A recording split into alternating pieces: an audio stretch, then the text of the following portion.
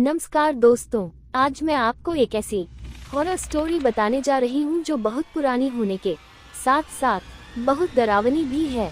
और यकीन मानिए, यह कहानी सुनकर आप हैरान हो जाएंगे। हो सकता है आपने यह कहानी पहले से ही सुनी या पढ़ी हो। यह कहानी है एक डॉल यानी गुड़िया की, जिसका नाम है एनाबेल गुड़िया।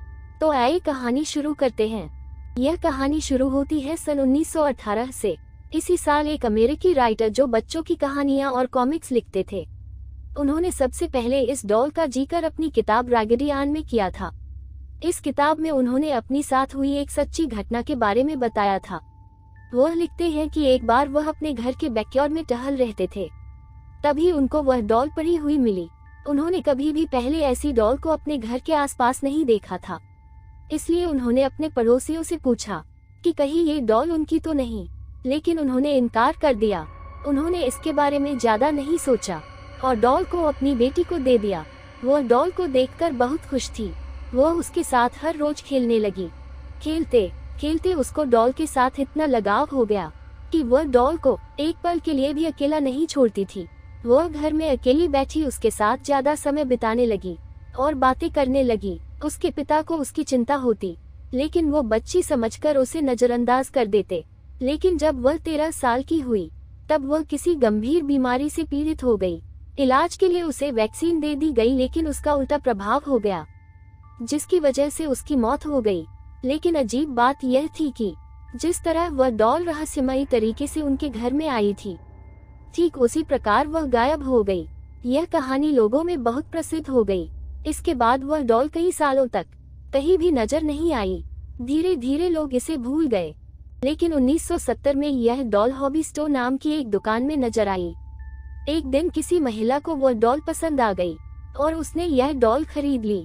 उस महिला को यह बिल्कुल भी अंदाजा नहीं था कि यह डॉल भूतिया है, लेकिन उसने यह डॉल अपनी बेटी डोना को उसके जन्मदिन पर देने के लिए खरीदा था। डोना उस समय नर्सिंग की पढ़ाई कर रही थी और हॉस्टल में अपनों 2 सहेलियों के साथ रहती थी। वह इस गिफ्ट से बहुत खुश थी। इसके साथ साथ वह हैरान भी थी, क्योंकि उसकी डॉल के साथ खेलने की उम्र भी बीत चुकी थी। लेकिन उसको यह तोहफा बहुत पसंद आया। उसने डॉल को अपने कमरे में सजाकर रख दिया, लेकिन उसकी दोनों सहेलियों को यह डॉल बिल्कुल भी पसंद नहीं आई थी। उनमें से एक सहेली, जिसका नाम लू था, इसको यह डॉल शुरू से ही अजीब लग रही थी और उसने डोना को यह डॉल अपने कमरे में रखने से मना भी किया था, लेकिन डोना ने उसकी बात नहीं मानी। इस डॉल के कमरे में आने के बाद अजीब हरकतें होनी शुरू हो गई। डोना ने यह नोटिस किया कि यह डॉल अपनी जगह बदल लेती थी। डोना ने यह कई दिनों तक नोटिस किया और अपनी दोनों सहेलियों को इसके बारे में बताया। डोना की सहेलियों ने उसे सलाह दी कि तुम इस डॉल को कमरे से निकाल दो, क्योंकि यह एक श्रापित डॉल है। लेकिन डोना ने उनकी बात नहीं मानी, क्योंकि वह भूत प्रेत पर विश्वास नहीं करती थी। समय बीतता गया और लगभग 1 महीने के बाद उन्हें अपने कमरे में एक कागज का टुकड़ा मिला, जिस पर बच्चे की लिखावट में हेल्प मी लिखा हुआ था। उन्हें ऐसे टुकड़े कई बार अपने कमरे से मिले। एक दिन जब तीनों सहेलियां अपने कमरे में पहुंची, तो उन्होंने देखा कि डॉल की छाती पर और कमर पर लाल रंग के निशान पड़ गए हैं। लेकिन वह नर्सिंग का कोर्स कर रही थी, तो उन्होंने इसका पता लगाने में ज्यादा समय नहीं लगाया कि यह रंग नहीं, खून है। इस दौरान भी डोना की सहेलियों ने उस डॉल को बाहर निकालने को कहा, लेकिन डोना ने उनकी बात नहीं मानी, क्योंकि डोना को भी इस डॉल से अजीब तरह का लगाव हो गया था।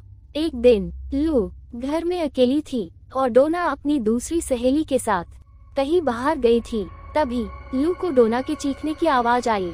वह यह भूल गई थी कि डोना तो घर में है ही नहीं, और जब वह कमरे में गई तो देखा कि उस कमरे में उस डॉल के अलावा कोई नहीं है।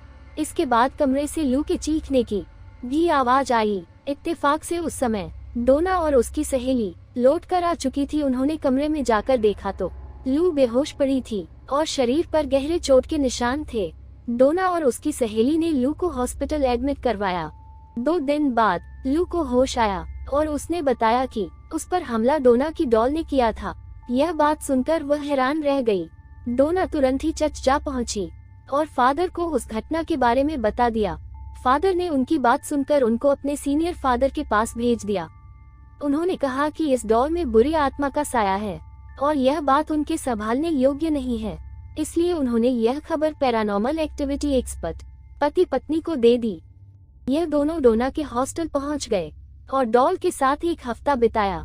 एक हफ्ता बिताने के बाद उन्होंने बताया कि इस डॉल के अंदर एक शक्तिशाली आत्मा का वास है और ये आत्मा डॉल से निकलकर इंसानी शरीर में जाना चाहती है। इसने डोना का शरीर चुना है। उन्होंने बताया कि इस डॉल को डोना से जल्दी दूर करना होगा। यह सुनकर डोना बहुत घबरा गई और डॉल को उनके साथ ले जाने के लिए हाँ कर दी। यह पति पत्नी इस डॉल को अपनी कार में घर ले जाने लगे और रास्ते में कार ने काम करना बंद कर दिया, जिससे कार दीवार में टकरा गई। खुशकिस्मती यह रही कि उनको ज्यादा चोट नहीं आई। कार के बेकाबू होने के पीछे इस डॉल का ही हाथ था। पति पत्नी ने डॉल को तंत्र मंत्र की शक्ति से अपने वश में कर लिया और एक शीशेदार बॉक्स में बंद कर दिया।